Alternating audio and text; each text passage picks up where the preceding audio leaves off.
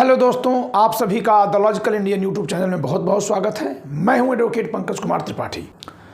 दोस्तों, कल 11 दिसंबर 2023 को सर्वोच्च न्यायालय ने अनुच्छेद 370 के हटाए जाने की वैधता पर उठाए गए सवालों का उत्तर दिया है और इस प्रकार एक निर्णय आया है। इस निर्णय के आने से 5 अगस्त 2019 को भारत की संसद में जो कानून पारित करके अनुच्छेद 370 को हटाया गया था, उसके प्रभाव को समाप्त किया गया था, उस पर एक बार चर्चा फिर से आरंभ हो गई है। मैं हूं एडवोकेट पंकज कुमार त्रिपाठी और आज इस पर मैं 2 स्लाइड के जरिए चर्चा करूंगा। एक स्लाइड जिसकी हेडिंग है 370 अभी पूरा नहीं हटा है, दिलों की दूरियां भी मिटानी होंगी। ये हैं शेख अब्दुल्ला, माउंटबेटन, राजा हरि सिंह, प्रथम प्रधानमंत्री पंडित जवाहरलाल नेहरू। दूसरी स्लाइड है जिसमें मैंने इस पर चर्चा की है कि सुप्रीम कोर्ट में इन 3 की वैधता के सवाल थे।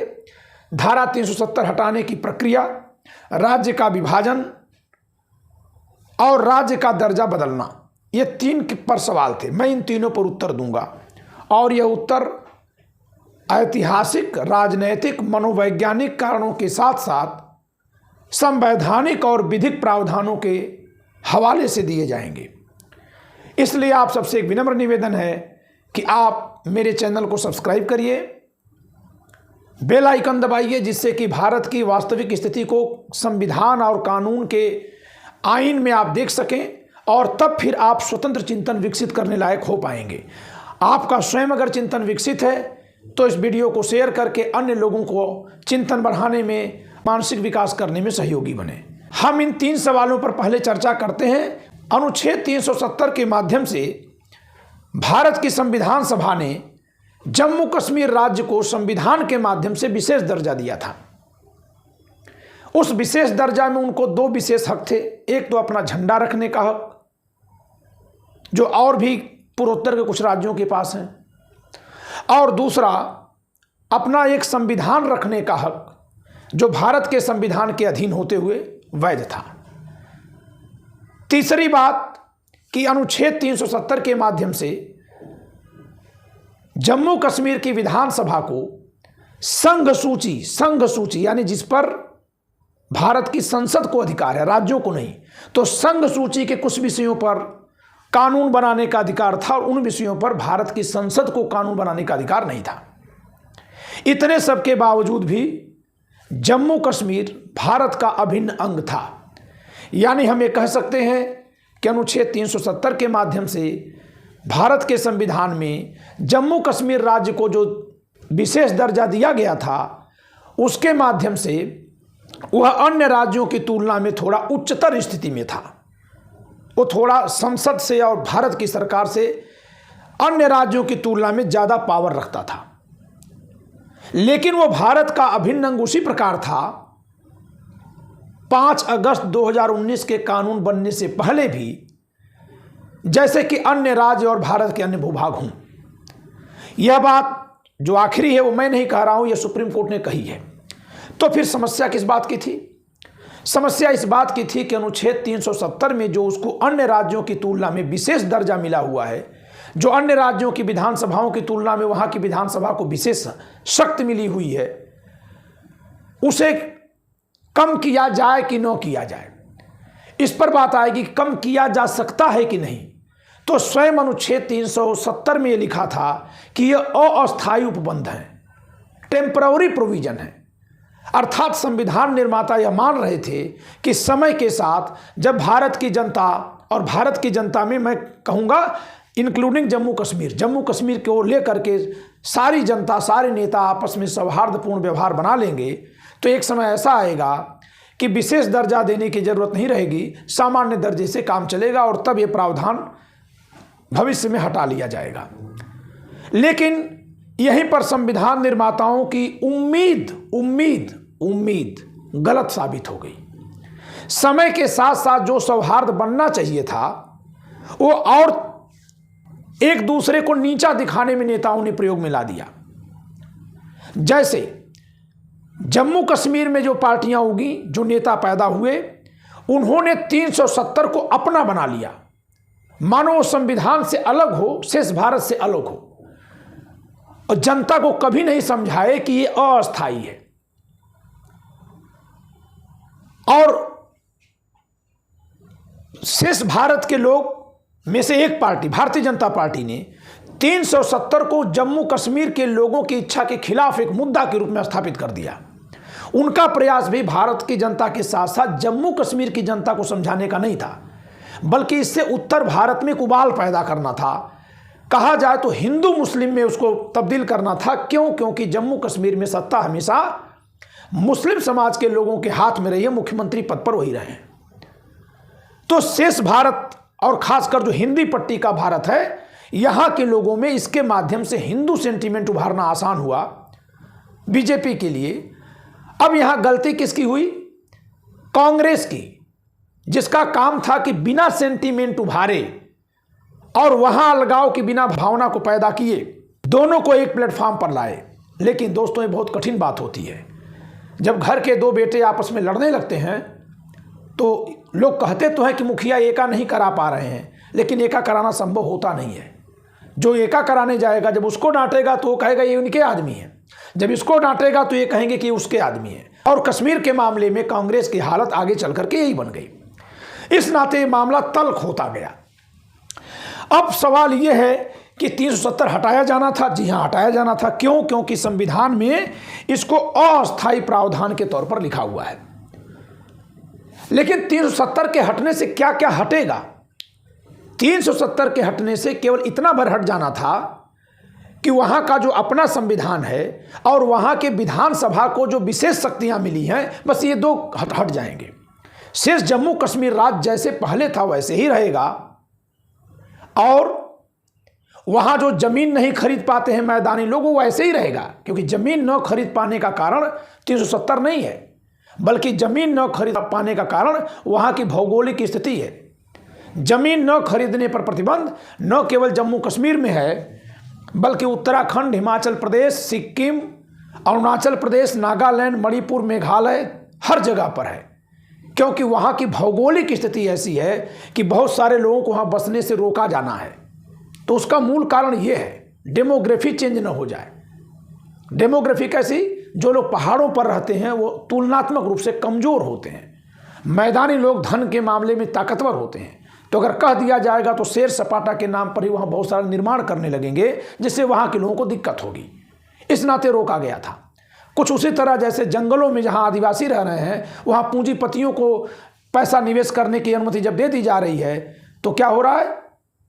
तो इस नाते इस तरह के कानून 370 से नहीं है, बल्कि हर राज्य में ऐसे कानून बने हैं वहाँ के भौगोलिक सुरक्षा के लिए, वहाँ के लोगों के सुविधा के लिए। लेकिन जिस पार्टी ने 370 हटाने का मुहिम चलाया, उसने यहाँ के लोगों में जज्बात भरने के लिए जो सबसे बड़ा मुद्दा उठाया था वो यही था कि तब हम लोग वहाँ प्लॉट खरीद सकेंगे और तब हम लोग वहाँ की लड़कियाँ ला सकेंगे।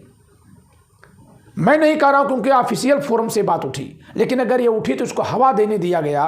कभी भी हमारे देश के प्रधानमंत्री और गृह मंत्री, जिनको ये श्रेय जाता है कि उन्होंने अनुच्छेद 370 समाप्त करने में योगदान किया है, उन्होंने इस प्रकार उठ रहे भ्रम को, अफवाहों को रोकने का कोई प्रयास नहीं किया।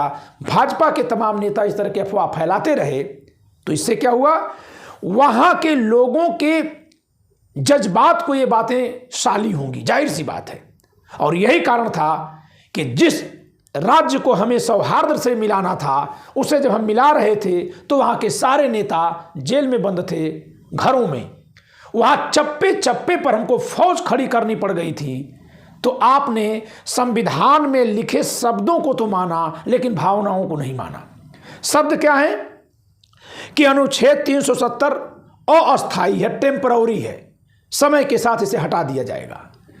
लेकिन समय क्या था? समय था आपसी विश्वास का बढ़ जाना, सौहार्दपूर्ण वातावरण का निर्मित होना, जम्मू कश्मीर के लोगों का संसद को भी उसी तरह से अपना मान लेना जैसे शेष भारत के लोग मानते हैं, यानी सौहार्द, यानी दिल में प्रेम एक दूसरे के लिए। लेकिन ये क्या?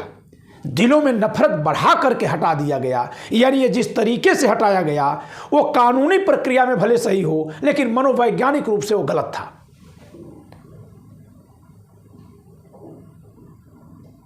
दोस्तों, आप एक बात जानिए, बहुत बार आप अपने किसी बुजुर्ग को दवा खिलाने के लिए उसको डांटते हैं, अब बुरी तरह डांटते हैं, जरूरत पड़ने पर उसका मुंह खोल के दवा डाल के पानी पिला देते हैं। बुजुर्ग की बात मैं कर रहा हूं। तो इसको कोई सताना नहीं कहता है। लोग जो देखते हैं वो कहते हैं कि नहीं, ये बहुत केयर करते हैं। और बहुत बार आप कोई उसके हक की बात भी करते हैं, लेकिन ऐसे जलील करके करते हैं कि लोग उस पर आपको खराब मानते हैं। तो बात कहने का तरीका ही लोगों के दिलों को टच करेगा। कश्मीर में केवल फारूक अब्दुल्ला और महबूबा मुफ्ती ही नहीं रहती हैं, वहाँ की बहुत बड़ी आवाम है। उस आवाम ने चुनावों में भाग लेकर यह साबित किया है कि वो भारत के साथ है, भारत के संविधान के साथ है। अलगाववादियों के नारों के बावजूद भी वहाँ वोट होता रहा है। हमने जनता के उस हिस्से को क्या समझाया, उसको कितना अपने गले लगाया। कश्मीर में कितने ऐसे जनप्रतिनिधि पैदा कर दिए गए, छात्र संघ में ऐसे नेता पैदा किए गए जो कि हमारे साथ, हमारे कंधे से कंधा मिला करके 370 हटाने की उसी प्रकार से मुहिम चलाएं जैसे हम चला रहे हैं। और इसके लिए केवल बीजेपी ही दोषी नहीं है, इसके लिए वहाँ की स्थानीय पार्टियां भी उससे ज़्यादा दोषी हैं, जिनको ये कर लेना चाहिए था। उन्होंने अपनी क्षेत्रीय राजनीति को हवा देने के लिए, अलगाववाद को हवा देने के लिए, यहाँ अलगाववाद का तात्पर्य देश से अलगाव का नहीं है।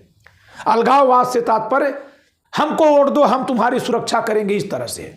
वैसे ही है जैसे उत्तर भारत में जात के नाम पर लामबंदी करने वाली पार्टियां अपने जाति में दूसरे जातियों के खिलाफ नफरत भरती हैं। ये अलग बात है कि उस जिस जात के खिलाफ नफरत भरती हैं उसी जात के नेता से गठबंधन करके सरकार बना लेती हैं। तो क्या वे नफरत करती हैं कि नहीं करती हैं?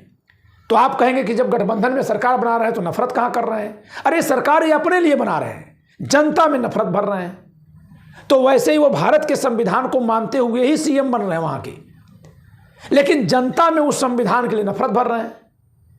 यही अब इस दृष्टांत से आप समझ गए होंगे। तो इसमें बहुत बड़ी कमी नेशनल कॉन्फ्रेंस के नेताओं की मैं कहूंगा।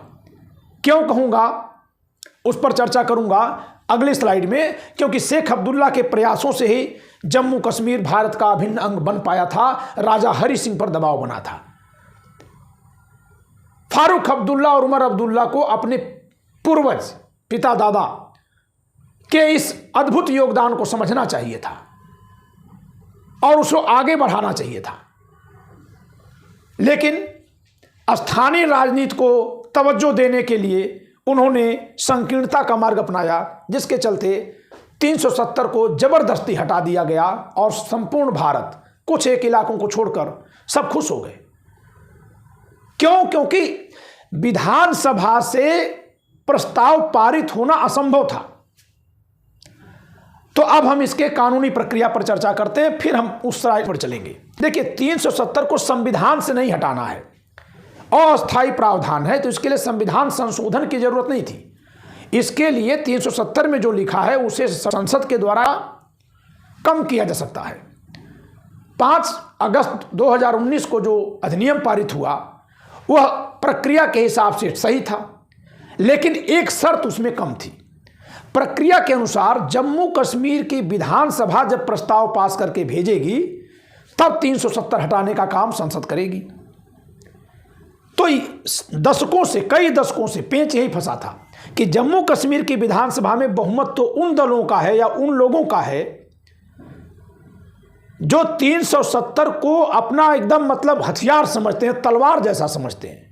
मैं ये नहीं कह रहा हूं कि जो दवा समझते हैं, जी नहीं, वो दवा नहीं समझते हैं, उसको तलवार बनाकर, लाठी बनाकर रखे थे। और ये लाठी, ये तलवार किसके खिलाफ? शेष संविधान और शेष भारत के खिलाफ। इसमें आवाम की गलती कब हो जाती है? जब आवाम केवल नेताओं के मुंह से ही कानून समझने लगती है, देश समझने लगती है, जज्बात समझने लगती है, और इसका कोई दूसरा विकल्प हो भी नहीं सकता। नेता का मतलब ही होता है कि जो समझा दे लोग माने, लोग मानते हैं। इसीलिए मैं नेताओं का दोष दे रहा हूं।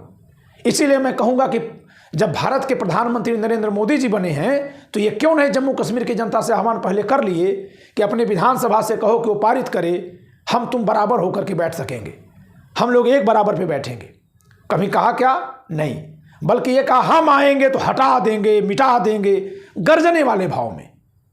तो ये जैसे ही आप यहां से गरज रहे हैं, उनको भी गरजने का मौका मिल रहा है, और इस पर इनको भी वोट मिल रहा है, उनको भी वोट मिल रहा है, दोनों को वोट मिला। जम्मू कश्मीर की पूरी राजनीति विगत 3 दशकों से इसी बात पर चली कि हम 370 हटने नहीं देंगे, और यहाँ की राजनीति इस बात पर चली कि हम हटा के रहेंगे, जबकि इसके हट जाने से ऐसा कुछ भी नहीं बिगड़ने वाला है कि जिससे यहाँ के लोगों को घमंड कर लेना चाहिए और वहाँ के लोगों को उदास हो जाना चाहिए।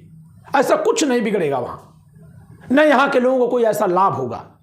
लेकिन नेताओं ने इन दोनों वर्गों को, दोनों क्षेत्रों के लोगों को आपस में लड़ा लिया, तो दोनों ही नेताओं को मैं दोष दूंगा। आगे चलते हैं तो प्रक्रिया में गलती कहां रह गई है। सुप्रीम कोर्ट ने जिसको नजरअंदाज कर दिया है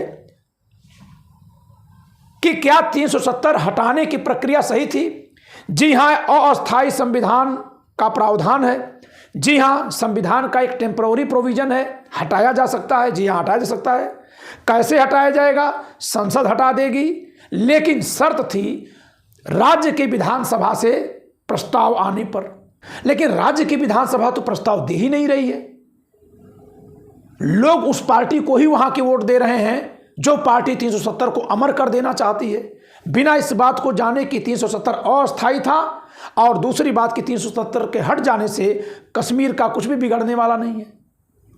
कब बिगड़ेगा? जब वहां जमीन खरीदने के लोगों को छूट दे दी जाएगी, तब वो बिगड़ जाएगा, अन्यथा कुछ भी ऐसा नहीं है। लेकिन नेता ऐसा क्यों बरगला रहे थे और क्यों बरगला पा रहे थे? बरगला इसलिए रहे थे कि उनको ज्यादा शक्तियां मिली हुई थी। और क्यों बरगला पा रहे थे? क्योंकि क्षेत्र का ऐसा डिवीजन है और जो धार्मिक अंतर है वो बहुत महत्वपूर्ण भूमिका अदा कर रहा था उकसाने में। जब वहां की जनता को 370 के खिलाफ उकसाया गया कई दशकों तक, तो वो हिंदू और मुस्लिम के नाम पर था। इसी नाते वहां के मुस्लिम में पाकिस्तान के लिए आतंकवादी विचार डाल पाना आसान हो गया, क्योंकि एक बार जब आप हिंदू होकर मुसलमान से नफरत करेंगे तो फिर आप में कट्टरपंथी विचार डाल पाना, जो डालना चाहेगा उसके लिए आसान हो जाएगा। ऐसे ही अगर आप मुसलमान बनकर हिंदू के विरोध कर नाम पर कोई भी बात करेंगे तो फिर आपको आतंकी बना पाना संभव हो जाएगा। तो जरा समझिएगा कि भले ये नेता कोई आतंकी खुद नहीं है, लेकिन इन्होंने जो नफरत वाली बातें कह करके जनता को तैयार कर दिया, इसी में आतंकियों के लिए अपने विचार डाल पाना आसान हो गया। और फिर सन 89 से लगभग 30 वर्षों से कश्मीर आतंकवाद के साए में झुलस गया। वहां मरते कौन है? वहां के लोकल लोग। और कौन मरते हैं? पूरे भारत के वही लोग जो सेना में होकर जाते हैं वहां। जब किसी के घर का कोई सदस्य जो सेना में है कश्मीर में ड्यूटी करता है, तो वो लोग एकदम दिन गिनते रहते हैं कि कब ड्यूटी खत्म होगी। और जब कभी वहां पे कोई हादसा होता है, कहीं कोई गोलीबारी होती है, कोई लाल शहीद होकर के इधर आता है, तो यहाँ के लोगों को यहाँ का नेता जो समझा देगा उपाय के तौर पर, लोग उसको करने को तैयार हो जाते हैं। तो जनता को नेता ने समझाया 370 हटेगी तो आतंकवाद हट जाएगा, जबकि मैं दावे के साथ कह रहा हूं कि 370 के हटने न हटने से आतंकवाद के मिटने और चलने का कोई संबंध नहीं है। क्यों नहीं संबंध है? क्योंकि सेना सुरक्षा ये जिम्मेदारी दिल्ली की तब भी थी और अब भी रहेगी। विदेश नीति ये जिम्मेदारी तब भी देश की केंद्र सरकार की थी, अब भी रहेगी। आतंकवाद को रोकने के लिए यही तो चाहिए, ये तो पहले भी था। तो 370 को हटाने के लिए एक ऐसी हवा बन गई कि तुम चाहे कानून को थोड़ा तोड़ मरोड़ दो, लेकिन हटा दो। इसी से बल प्राप्त हुआ नेताओं को, जो सदन में इस प्रक्रिया को आधी अधूरी करके पूरी कर लिए। अब सवाल आता है कि तो सुप्रीम कोर्ट क्या कह रहा है? आप तो बहुत बोल रहे हैं, मैं बताऊंगा अभी। अब वहां विधानसभा तो सहमति दे नहीं रही थी, कभी भी नहीं दे रही थी, बल्कि उल्टे प्रस्ताव पास कर रही थी। नेता धमकी दे रहे थे, मुख्यमंत्री हो या विपक्ष के नेता हो, वहां के सारे लोग, कि हम हटने नहीं देंगे, खून की नदियां बह जाएंगी। तो ऐसे में केंद्र में जब वह सरकार आ गई जिसने यहां की जनता से मैंडेट लिया था, जी हां, मैं यहां की जनता कहूंगा, जम्मू कश्मीर को अलग करके भी बात कर रहा हूं। नेताओं ने भारत को ऐसे बांट लिया था। यहां की जनता से मैंडेट लिया था कि हम किसी भी कीमत पर हटा देंगे, और यहां की जनता ताली बजा रही है। जी हां, किसी भी कीमत पर हटाओ, संविधान को मिटा के 370 हटाओ, तब भी हम ताली बजा रहे थे। तो इन्होंने क्या किया? सबसे पहले वहां की विधानसभा बर्खास्त कर दी। जब कभी कहीं की भी विधानसभा बर्खास्त हो जाती है तो वहां कार्य कौन करता है? गवर्नर करता है। और गवर्नर एक तरह से कठपुतली होता है केंद्र का, जो कहा जाएगा वो कर लेगा। इसके अलावा कभी भी किसी राज्य का जो गवर्नर होता है, वह एक परंपरा डाली गई है कि उस राज्य का अधिवासी नहीं होता है। आप देखा करिए, फागू चौहान जी को जब गवर्नर बनाया गया तो यूपी का नहीं बनाया गया, बिहार का बनाया गया। रामनाथ कोविंद जी को बिहार का गवर्नर बनाया गया, द्रौपदी मुर्मू जी को झारखंड का गवर्नर बनाया गया क्योंकि उड़ीसा की थी। तो गवर्नर की एक परंपरा डाली गई है कि जिस प्रांत का वो रहने वाला है वहां का नहीं बनाया जाता, बाहर से लाया जाता है। अब क्योंकि जम्मू कश्मीर का 370 शेष पूरे भारत के कंट्रास्ट में दिखा दिया गया, तो अब कहीं से भी कोई गवर्नर रखा जाएगा वो बाहरी होगा। वहां के लोगों का उस पर विश्वास रहेगा ही नहीं, चाहे वो जितना अच्छा आदमी हो। कुछ उसी तरह से जैसे अपने यहां जातिवाद में ऐसा फैला दिया गया कि फला जाति का तो हम विश्वास नहीं करेंगे, तो लो तुम्हारे जाति वाली पर्ची टांग के तुम्हारा वोट ले लेंगे, ऐसा होने लगा। तो गवर्नर के जरिए विधानसभा से जो प्रस्ताव पारित होकर आता वो गवर्नर के माध्यम से ले लिया गया। यहीं पर संविधान के साथ थोड़ा सा धोखा हुआ है, लेकिन यह धोखा संविधान के साथ क्यों हुआ इसके लिए सब जिम्मेदार हैं। केवल दिल्ली में बैठी सरकार नहीं, राज्य में बैठे लोग भी उतने ही जिम्मेदार हैं। आप रास्ता निकलने नहीं दे रहे हो। आप जनता को समझाइए कि 370 हटेगा तो क्या होगा, नहीं हटेगा तो क्या होगा। आपने वहां के जनता में सेंटीमेंट भर दिया कि 370 है तभी तुम सुरक्षित हो, नहीं तो गुलाम बन जाओगे। जैसे जातिवादी नेता भर देते हैं कि तुम्हारा सारा हिस्सा जो है वहां रखा हुआ है, वो सरकार से मांगने के लिए नहीं सिखाते, वो उस वर्ग से मांगो, उससे लड़ो। जबकि हम सबको लड़ना किससे है, किससे मांगना है, सरकार से। मैं बार बार ये बात बीच बीच में डाल रहा हूं जानबूझकर, जी हां, ताकि जम्मू कश्मीर में जो हुआ है वही यहां भी न हो जाए, दूसरे कारणों से, दूसरे तरह से, दूसरे विषयों पर। इसके लिए सतर्क रहिएगा। तो विधानसभा के जरिए प्रस्ताव पारित होना तो असंभव हो गया। इस नाते गवर्नर की शक्ति का दुरुपयोग किया गया और कहा गया कि तुम वह प्रस्ताव अपनी ओर से भेज दो जो केवल विधानसभा ही भेज सकती थी संविधान के तहत। दोस्तों, आप जानिए कि जब कभी कहीं की विधानसभा भंग होती है तो वहां का कार्य संचालन गवर्नर करता है सरकार के रूप में, और वहां के लिए कानून बनाने का कार्य संसद करती है विधायिका के रूप में। लेकिन यह गवर्नर और संसद विधानसभा के सारे कार्य नहीं कर पाती, ये जान लीजिए आप। वो केयर टेकर होती है एक तरह से। तो संविधान में जो लिखा गया है 370 में कि विधानसभा जब प्रस्ताव पास करके भेजेगी तब हटाएंगे, इसका मतलब है कि वहां के चुने हुए प्रतिनिधियों की सहमति लेंगे जो वहां की जनता से आए हुए हैं, यानी जनता की सहमति। गवर्नर केंद्र से भेजा गया।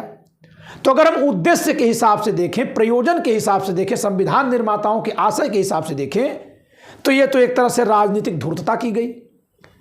लेकिन इसकी मुसीबत, इसकी मजबूरी, इसकी जरूरत क्यों आई? क्योंकि वो विधानसभा कभी लिखकर भेजेगी नहीं। उसने ये छोड़ दिया कि ये टेम्पररी है, वो उसको परमानेंट बनाने पर अड़े हुए हैं बिना संशोधन के ही। यही कारण है कि सुप्रीम कोर्ट ने यहां पर आंख मूंद ली और कहा जो हो गया है वो सही है। बहुत बार ऐसा होता है कि जो न्याय हो जाता है, अगर उसमें कोई तकनीकी खामी भी होती है तो भी हम उसको न्याय करता देखते हैं। तो यहां पराजित कौन हुआ है? जम्मू कश्मीर की जनता? जी नहीं। जीता कौन है? भारत की जनता? जी नहीं। हारा है केवल और केवल लोकतंत्र और संविधान। न तो यहाँ के नेता वहाँ के नेता को जीत पाए, वहाँ के लोगों को जीत पाए, और न वहाँ के नेता संविधान को समझ पाए कि ये अस्थायी है, हमको वहाँ मिलना है, एक बराबर होना है। यानी उन्होंने संविधान को नहीं समझा, तो यहाँ के नेताओं ने जो दिल्ली में बैठकर निर्णय लिया, इन्होंने वहाँ की जनता को नहीं समझाया। दोनों ने गलत किया। एक ने संविधान का अपमान किया, एक ने लोकतंत्र यानी जनता का निरादर किया। और ये दोनों ही जांच करना सुप्रीम कोर्ट का काम नहीं है। आगे चलते हैं। राज्य का विभाजन। लोगों ने 370 को हटाए जाने को ही राज्य का विभाजन और राज्य का दर्जा बदलना भी मान लिया। 370 हट जाती, चाहे राज्य जैसे का तैसे रहता। लेकिन नहीं, राज्य का विभाजन भी उसी बिल में कर दिया गया।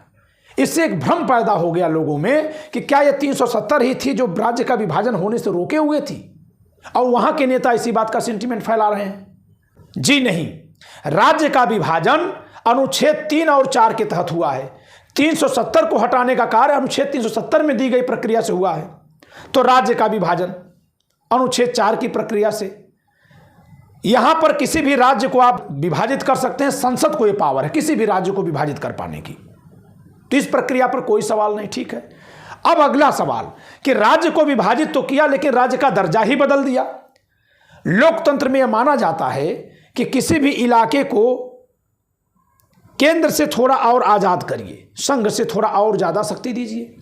अच्छा तो ये होता कि जम्मू कश्मीर को जिस तरह की शक्ति दी गई थी वैसे ही सारे राज्यों को दे दी जाती, एक दृष्टिकोण से, सारे दृष्टिकोण से नहीं, एक दृष्टिकोण से, संघवाद के सिद्धांत से। लेकिन भारत जैसे राज्य के लिए ठीक नहीं है, क्योंकि राज्यों का गठन भाषा के आधार पर हुआ है। क्षेत्रवाद की बात उठ जाती है, केंद्र अगर कमजोर रहेगा तो देश टूट जाएगा। तो फिर मैं अब अपनी बात उल्टा करूंगा कि तो अगर इस व्यापक परिप्रेक्ष्य को देखें, इस कारण को देखें, तो नहीं, जम्मू कश्मीर को जो ज़्यादा मिला था वो कम किया जा सकता है। शेष राज्यों को जम्मू कश्मीर जैसा अधिकार नहीं दिया जाना ठीक था। जी हाँ, ठीक था। तो कुल मिलाकर के 370 हटाए जाने का प्रयोजन ठीक था, भावना गलत थी, प्रक्रिया त्रुटिपूर्ण थी, लेकिन प्रयोजन ठीक था। और यही कारण है कि मूल प्रयोजन को देखते हुए सुप्रीम कोर्ट ने कहा कि ठीक हुआ है। अब आते हैं, तो क्या राज्य का विभाजन भी जरूरी था? राज्य के विभाजन का निर्धारण करना संसद का कार्य है। और अभी तेलंगाना की मांग वहां के लोग कर रहे थे, विभाजन किया गया, नहीं किया गया तो क्या हुआ? और जब कर दिया गया तो तेलंगाना में एकदम अलग पार्टी की सत्ता है और शेष आंध्र प्रदेश में अलग पार्टी है, यानी लोगों का मत अलग अलग था। उत्तर प्रदेश में जब उत्तराखंड और उत्तर प्रदेश को विभाजित किया गया तो उत्तराखंड में अलग दल की सरकार बन रही है हमेशा, उत्तर प्रदेश में अलग दल की बन रही, यानी पॉलिटिकली लोग बंटे हुए थे, अलग अलग विचार के थे, यानी बांटा जाना ठीक था। बिहार को बांट करके बिहार और झारखंड में बदला गया। तो झारखंड में आप देखिए, झारखंड मुक्ति मोर्चा जो है सबसे बड़े दल के रूप में आती है। आज वो आरजेडी के साथ मिलकर सरकार बना रहे हैं, जबकि जब तक झारखंड अविभाजित था और झारखंड मुक्ति मोर्चा विभाजन की मांग करता था, तब तक उसकी लड़ाई, उसकी चुनावी दुश्मनी आरजेडी से ही तो होती थी। अब हमारे में से कितने लोग ये बात जान रहे होंगे? नहीं जान रहे होंगे। मध्य प्रदेश से छत्तीसगढ़ को अलग कर दिया गया, कभी दोनों में एक ही पार्टी की सरकार बनती है, कभी अलग अलग पार्टियों की सरकारें बनती हैं, यानी लोग अलग अलग मत के हैं। इस बात को सूंघने का, महसूस करने का कार्य भारत की संसद को है, उन्होंने किया, बदल दिया, विभाजित कर दिया, उसमें कोई अलग बात नहीं है। बात सिर्फ इतनी सी है कि 370 को हटाने के लिए विभाजन की जरूरत नहीं थी, जनता को यह समझाने के लिए मैं बोल रहा हूं। क्या उसके लिए अलग से बिल लाना जरूरी था? जी नहीं, लेकिन जनता को समझना चाहिए कि 370 के हटाने के लिए ही विभाजित करने की जरूरत नहीं थी। अब अगली बात आ रही है कि राज्य का दर्जा डिग्रेड किया गया, अपग्रेड नहीं किया गया, डिग्रेड किया गया।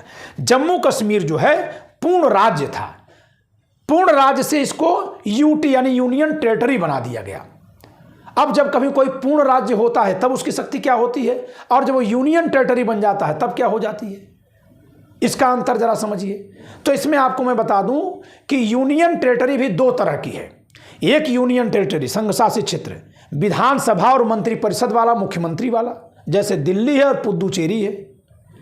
एक वो यूटी होती है जिसकी अपनी कोई विधानसभा और मंत्रिपरिषद यानी सरकार नहीं होती है, जैसे चंडीगढ़ है, लद्दाख है, अंडमान निकोबार है, दादर नागर हवेली है, लक्षद्वीप है।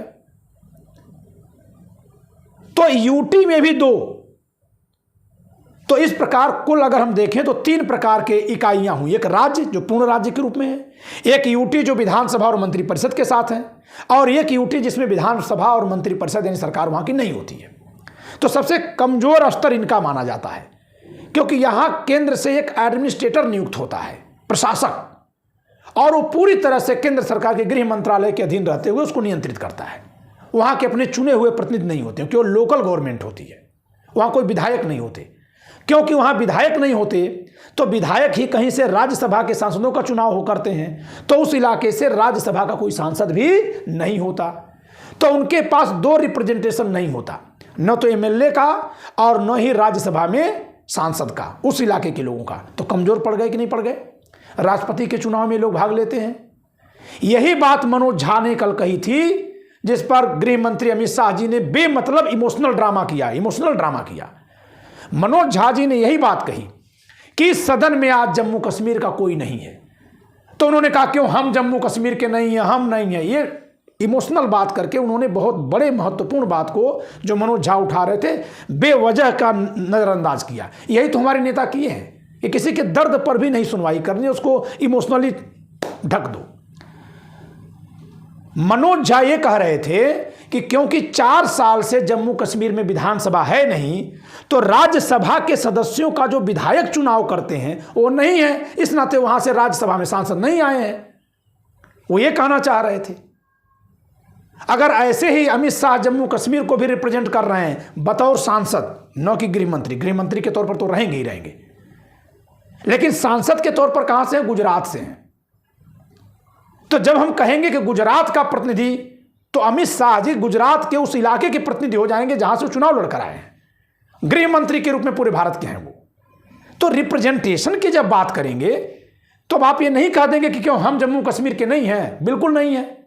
राज्यसभा में हर जगह से सांसद जब आएंगे तब उनके आने को हम कहेंगे कि वह राज्य आ गया, आप उस रूप में नहीं आए हुए।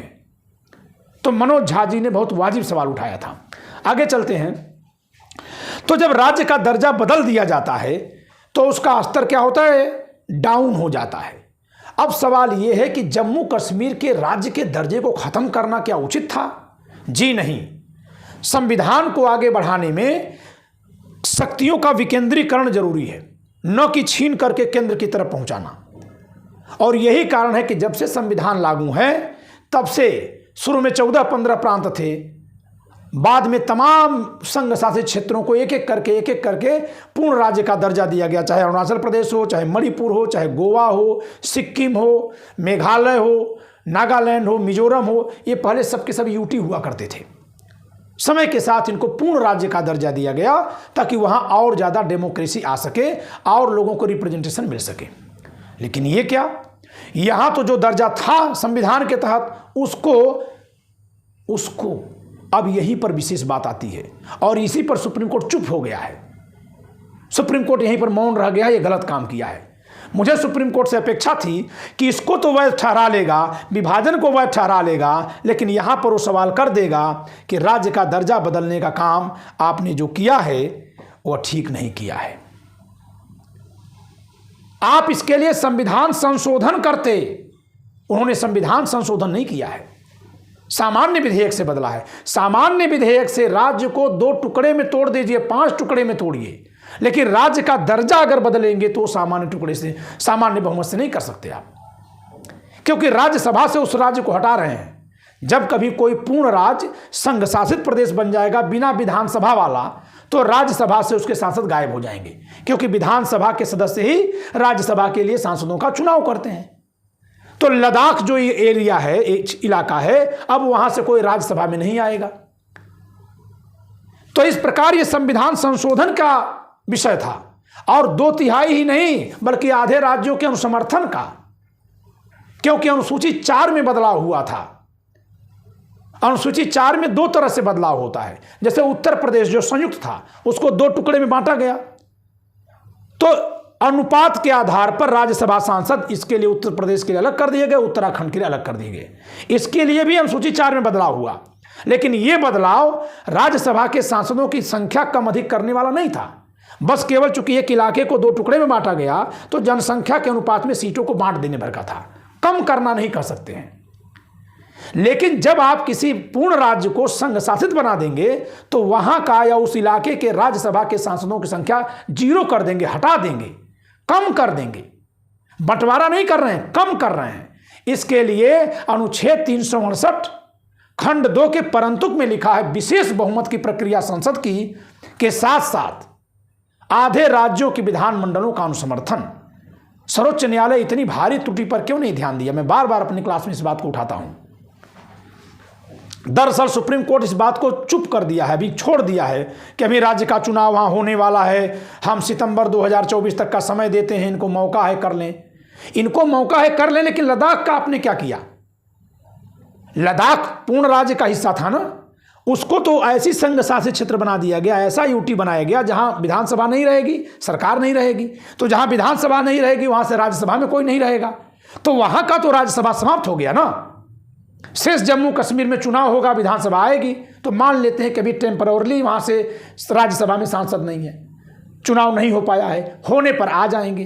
चलिए उस पर हम भरोसा कर लेते हैं, रुक जाते हैं, इंतजार कर लेते हैं। लेकिन लद्दाख का कैसे सामान्य विधेयक से पारित अधिनियम के जरिए, जो सामान्य बहुमत से पारित होता है, किसी राज्य के किसी इलाके के राज्यसभा सांसदों को खत्म कर सकते हैं आप?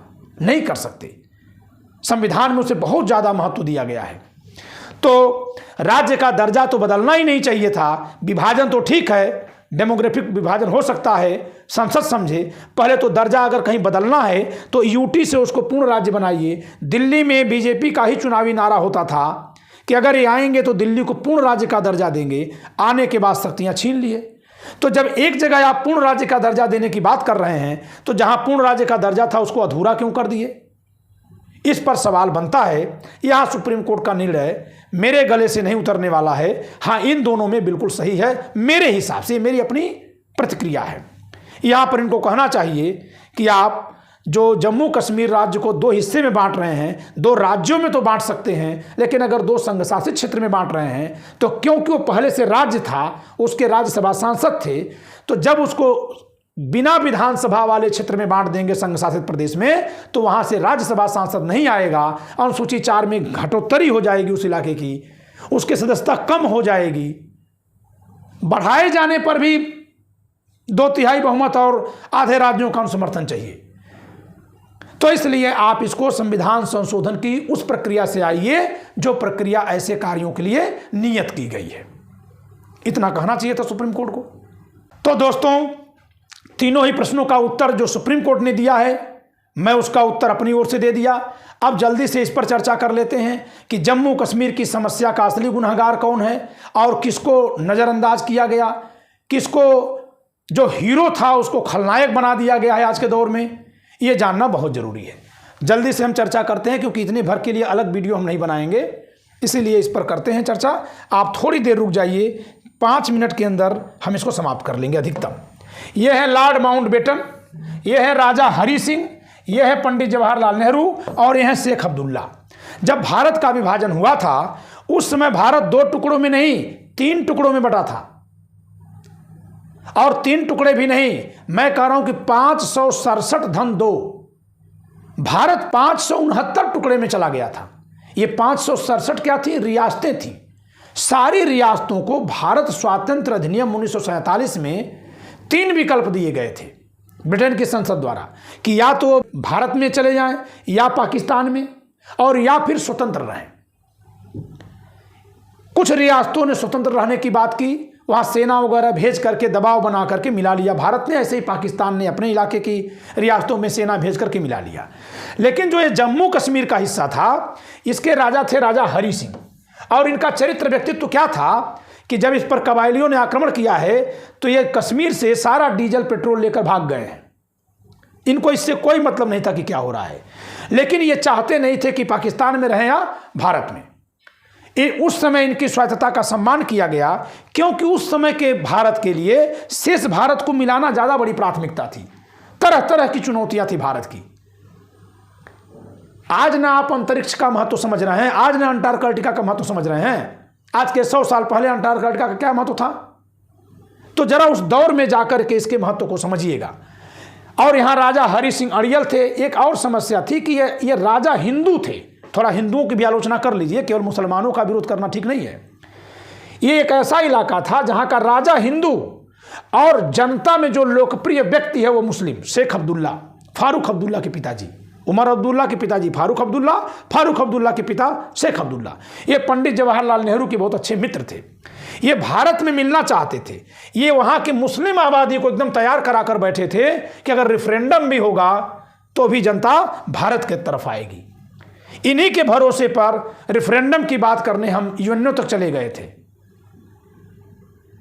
लेकिन हमें क्या पता था कि विदेशी शक्तियां रोक लगा देंगी, तिकड़म कर देंगी, ताकि भारत हमेशा पाकिस्तान के साथ उलझता रहे। जब तक कहीं आप धोखा नहीं खा जाएंगे। नया नवेला यूएनओ बना था, सब लोग उसमें विश्वास रख रहे थे। तो आप ये जानिए कि ऐसा नहीं है कि भारत कश्मीर के मामले में जाकर धोखा खाया है। पुर्तगाल भी गोवा को लेकर भारत के खिलाफ जब गया तो हमने भी ठेंगा दिखा दिया, गोवा को बलपूर्वक मिला लिया था, क्योंकि हम कश्मीर से सीख लिए थे कि केवल उलझाते हैं। और वही कौन था? पंडित जवाहरलाल नेहरू थे। 1954 में पुदुचेरी को मिला लिया, कराईकल, माहे और यनम को मिलाया, सब बलपूर्वक मिलाए गए। अब यूएनओ बोलता रहे ये सब कहाँ के इलाके हैं? ये पुदुचेरी के इलाके हैं। दमन दीव को मिलाया, दादर नगर हवेली को मिलाया। ये सब उस समय मिलाया जब सरदार पटेल जी भारत में नहीं थे, यानी कि दुनिया से जा चुके थे। ये 1954 और 1961 की घटना है।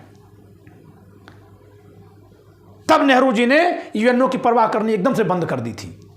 तो उनका हाथ कहां से जला था? इसी मामले में जला था।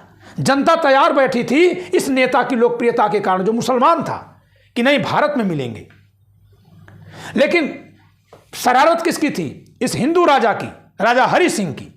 ये आदमी विलय ही नहीं किया, माउंटबेटन समझाने गए हैं लेकिन नहीं माने हैं। ये पंडित जवाहरलाल नेहरू ने एक बहुत चालाकी भरी बात इनसे की, जिससे हम आज इतना हिस्सा पा चुके हैं, नहीं तो ये भी नहीं पाते। जब ये अपने को अलग कर दिए, इन्होंने काम स्वतंत्र रहेंगे, तो भारत और पाकिस्तान दोनों ही देशों ने इनके स्वतंत्रता का आदर किया। ठीक है, चलिए आप रहिए।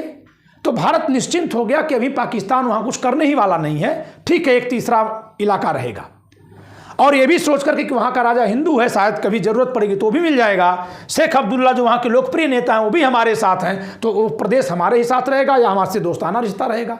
आप एक व्यक्ति की कल्पना करिए कि अगर सब कुछ वहां दोस्ती दोस्ती है तो यही सोचेगा ना।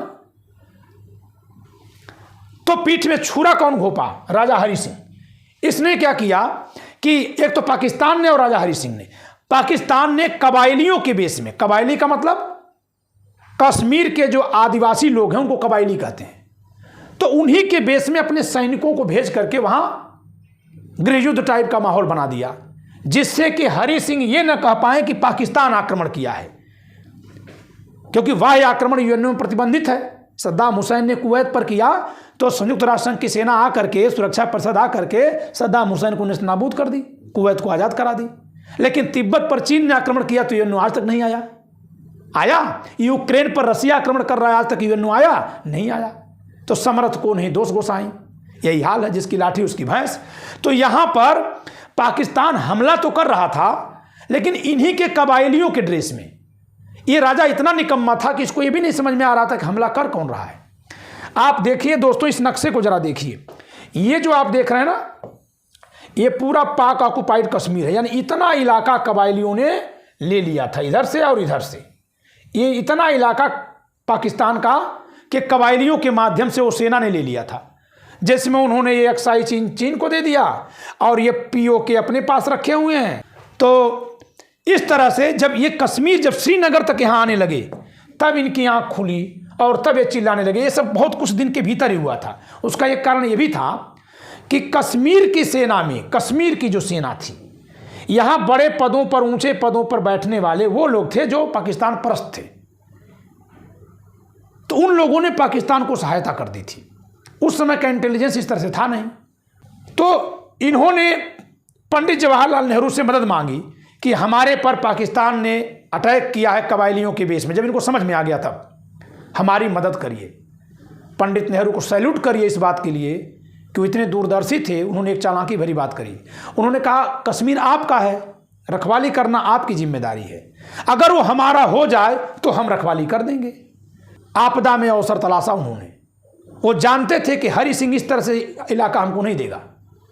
तो फौरन हरि सिंह ने हस्ताक्षर किया, इलाका हमारे पास आया। हमारी सेना फौरन कूच की, जहां तक पहुंची थी इसी को आज आप कहते हैं LOC, लाइन ऑफ कंट्रोल।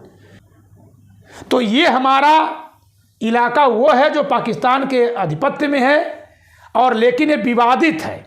और ये जो शेष कश्मीर का 3/4 हिस्सा वो सॉलिड हमारे पास है।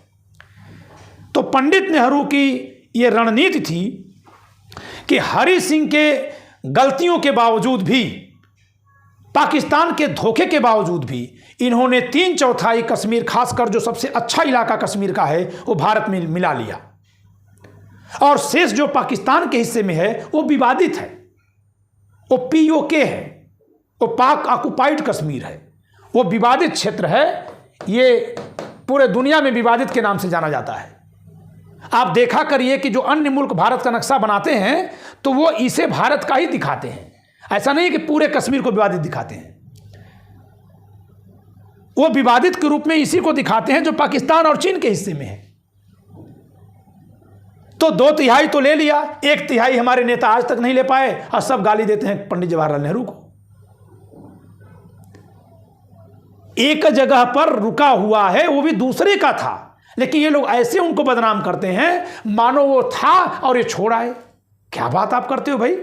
अगर अपने महापुरुषों की ऐसी निंदा आप करने लगेंगे, उपहास करने लगेंगे, तो आदर्श पैदा कहां से होगा भारत में? और यही हो रहा है। एक भी नेता ऐसा नहीं हुआ ना जो जाकर यहां के लोगों का दिल जीत करके कश्मीर में से 370 हटा दे। तो राजा हरि सिंह हस्ताक्षर करते हैं और इसके बाद ये भारत से इतनी नफरत करते थे कि ये गोवा चले गए रहने। उस समय गोवा पुर्तगाल का हिस्सा था। 1961 में भारत में आया है और मैं जो घटना बता रहा हूं 1947 से 1948 की बता रहा हूं। तो 1948 में राजा हरि सिंह जम्मू कश्मीर छोड़ करके कहां चले गए? गोवा, जो पुर्तगाल का हिस्सा था। वो भारत में नहीं रहा आदमी। तो जरा इस हिंदू राजा की करतूत भी बताई जाए। इधर शेख अब्दुल्ला ये किसी कीमत पर इस इलाके के लोगों को पाकिस्तान की तरफ नहीं जाने दिए, यानी बलपूर्वक नहीं। इनकी लोकप्रियता इतनी थी, जनता में इतनी इनकी पकड़ थी कि ये जो कहते थे लोग मानते थे और ये कहते थे कि हम भारत के साथ रहेंगे। पंडित नेहरू हमारे मित्र हैं, भारत की संविधान सभा अच्छा काम कर रही है, वहाँ के नेता अच्छे हैं। ये मुसलमान होने के बावजूद भी मुस्लिम राष्ट्र पाकिस्तान की तरफ आकर्षित नहीं हुए, जबकि ये कश्मीर घाटी जो है वो मुस्लिम बहुसंख्यक है। बाद में आतंकवादी घटनाओं के जरिए हिंदू मुस्लिम में जब नफरत भरी गई, इधर उत्तर भारत में जो राम मंदिर और बाबरी मस्जिद के विवाद से हिंदू मुस्लिम में फ्रिक्शन आया, इसके चलते वहाँ के मुसलमानों में और यहाँ के हिंदुओं में आपस में दूरी बढ़ गई। इस नाते आज जो हमको आपको दिख रहा है, हम उसे ही अतीत का सच मान लेते हैं। ये हमारी गलती है। तो मैंने इसीलिए लिखा कि 370 अभी पूरी नहीं हटी है, या 370 पूरा नहीं हटा है। हटा है कमला अनुच्छेद, तो अनुच्छेद 370 अभी पूरा नहीं हटा है। अभी तो दिलों की दूरियां भी मिटानी होंगी। तो दिलों की दूरियां मिटाने के लिए मैं निवेदन करता हूं कि हमारे देश के गृह मंत्री, हमारे देश के प्रधानमंत्री, हमारे देश की राष्ट्रपति महोदया या और सारे लोग, सारे नेता सर्वदलीय एक ग्रुप बना करके कश्मीर में जाएं, सुरक्षा में वहां घूमें, लोगों से संवाद करें, वहां के नेताओं को भी ले लें, साथ में चलें, ताकि जनता आपस में जुड़े। क्योंकि किसी को दबा करके आप अपने साथ मोहब्बत करते रहेंगे, वो मोहब्बत नहीं होती है दोस्तों, वो दास्ता होती है। आदमी कुलबुलाता रहता है, कोई विदेशी इसका लाभ ले सकता है। आज हमारा पड़ोसी पाकिस्तान वहाँ हस्तक्षेप करता है, कल टेक्नोलॉजी और बढ़ेगी, आना जाना और आसान हो जाएगा, चीन का हस्तक्षेप हो जाएगा। जब लोगों के, वहाँ के लोगों के दिलों में हमारे लिए, शेष भारत के लिए मोहब्बत नहीं होगी, तो यहाँ के लिए अपने ही लोगों में नफरत का बीज बो करके उन्हें अपने ही देश के खिलाफ खड़ा करना आसान हो जाएगा, और तब हम अपनों से लड़ने में व्यस्त हो जाएंगे। इसका लाभ कौन लेगा? चीन लेगा, पाकिस्तान लेगा। इस नाते हे भारत के प्रधानमंत्री, हे भारत के गृह मंत्री, आप इस तरफ भी ध्यान दीजिए कि आपने किताब से तो 370 हटा दिया, लेकिन लोगों के दिलों में 370 और ज़्यादा छप गया, या और ज़्यादा दूर कर दिया और अलग थलग कर दिया। जरा इसको कम करने की कोशिश करिए। भारत माता को पूरा करना है तो ये करना होगा, भारत के लोगों को एक साथ जोड़ना है तो ये करना होगा। अगर दोस्तों मेरी वीडियो पसंद आई हो तो आप सबसे विनम्र निवेदन है कि इसको शेयर करिए, चैनल को सब्सक्राइब करिए, बेल आइकॉन दबाइए। मैं कोई भी राजनीतिक चर्चा संविधान और कानून को दिखाते हुए, समाज के मनोविज्ञान को दिखाते हुए करता हूं, जिससे कि जनता में संविधान की समझ बढ़ सके। ऐसे में आपसे मैं एक फीस मांगता हूं कि हमारी वीडियो को शेयर करके संविधान की समझ विकसित करने में अपना योगदान दें। धन्यवाद।